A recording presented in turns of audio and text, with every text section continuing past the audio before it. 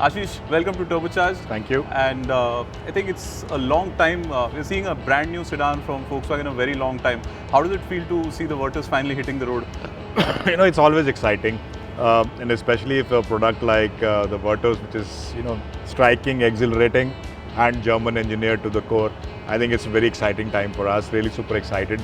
The team is very excited. I think the first internal customers, our dealers are also very excited with the car, and the initial reactions, what we have seen from the customers have been very encouraging.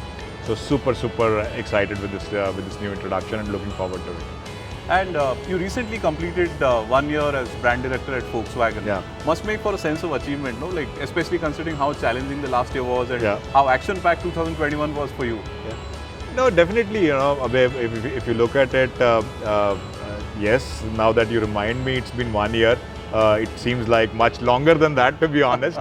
But definitely, at the end of the day, it's a sense of accomplishment when you're able to meet the challenges, manage the challenges. I no way would like to assume that I could surpass all the challenges, but definitely being able to manage, being able to still bring these two different beauties on the road with the Taigun, which has been a runaway success, and the new Virtus now slated to hit the roads. I think it definitely is a sense of accomplishment. I'm sure. But Ashish, did you foresee any of the challenges when taking over the reins, like the semiconductor issue and the shortages and all of that?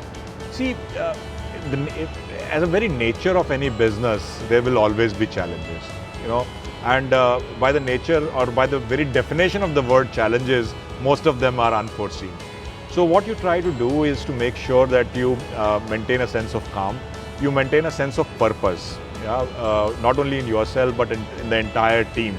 And that, I think, is fundamental to overcoming any challenges or managing any challenges.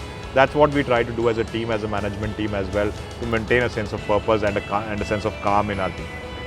And now coming to the Taigun, of course, the first product under your very important India 2.0 strategy. How has the response been to the Taigun? The response has been fantastic. Abhay, I think you have also seen it from the market, from whatever the reactions from the media has been. The Taigun has already become the most awarded premium mid-size SUV ever in the Indian market. So all the right indicators, it has pushed the right buttons for the customers. So definitely an overwhelming response. Great. And now coming back to the Virtus, do you think or do you foresee the Virtus bringing customers or buyers back to the sedan as a body style? Because the last few years we've seen SUVs dominate literally every price point. Yeah. The sedan body style never went out of fashion. Each of us, anybody asks us to draw a car today, we would still draw a sedan. So the sedan remains the quintessential car. It's just that very new options or interesting options in that segment have been lacking in the market, because definitely, and with good reasons, the market has been moving towards SUV body styles. But if you look at how the Indian market has evolved over the last 2 years, there's been a definitive movement towards personal mobility. And when I say personal mobility, it is being fueled by demand for additional cars in the same family. And with the kind of family sizes we have, if you are having 2 cars in your family, typically you would like to have 2 different body styles. Right. So that's where I see that sedans still have an appeal, still have a room in the heart of the customers, and that's where an interesting package and a European package in the to say the least, in that segment does make sense, and I think there's a lot of opportunity which we can use. Interesting. But Ashish, now before we proceed further with the questions, it's a fine morning. We are at a very beautiful property. Yeah. Would you like to grab some coffee? Yeah, let's do that. I think it's time we grab a coffee. As you said, that the sun is just coming out. Yes. Nice weather to have a good cup of warm coffee. Perfect. Let's head. Yeah.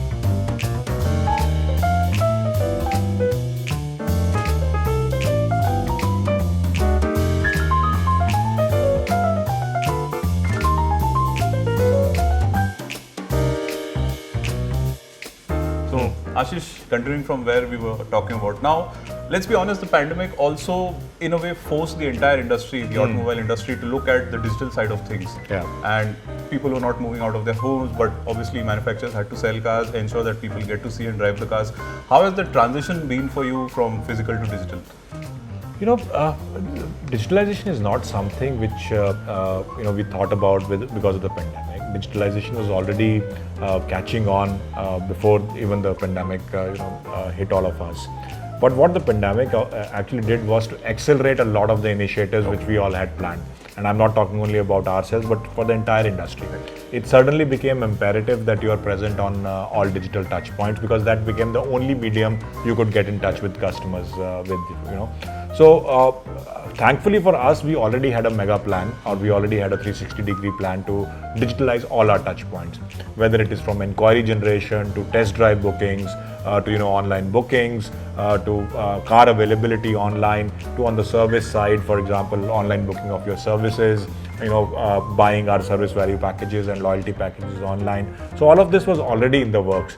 But definitely the time when the pandemic hit, it accelerated a lot of options. So we've now implemented close to more than 30 digital initiatives across the entire customer journey over the last 2 years, and it is really giving us a lot of fruits. Nice.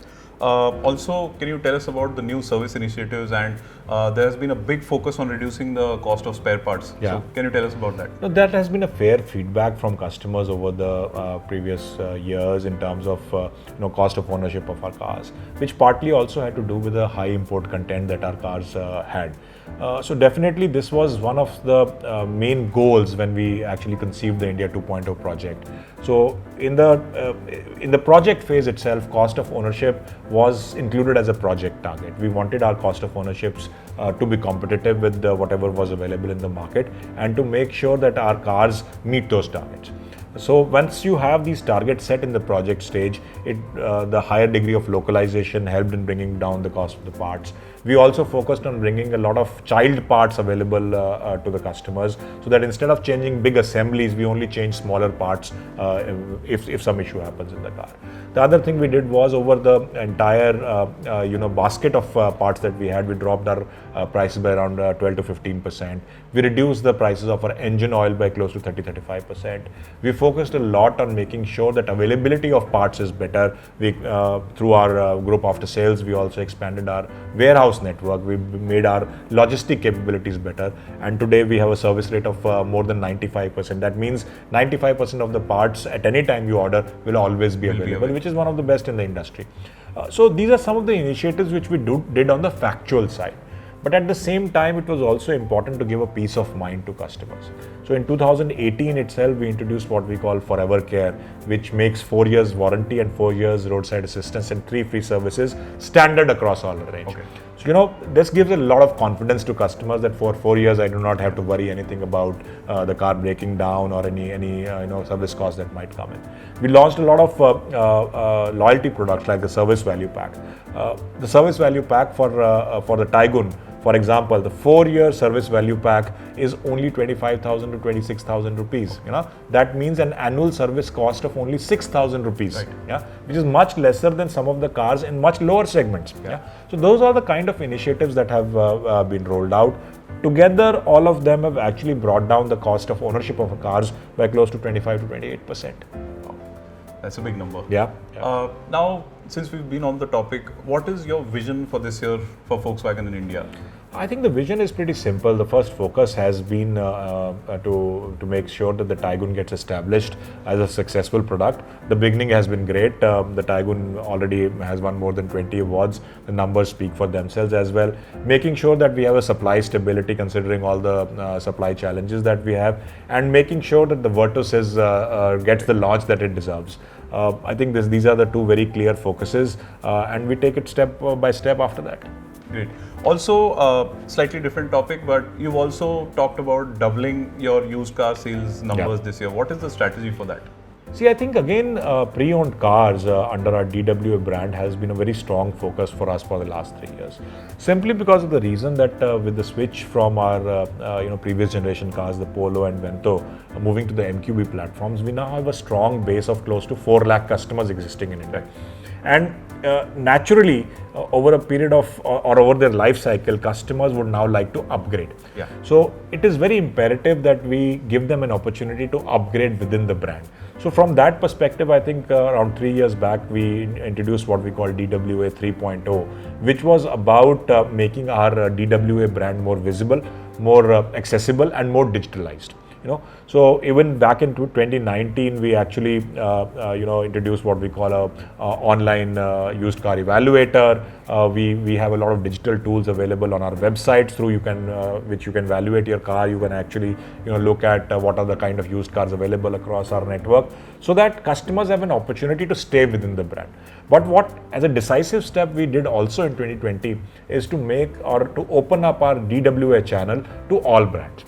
Today my dealer can buy and sell any brand's used car. Okay, so that gives a new channel for our dealers, first of all, to manage their revenues and their profitability, and secondly, it also gives me access to a lot of new customers. Right. Yeah, so it's also a very big customer acquisition tool for me.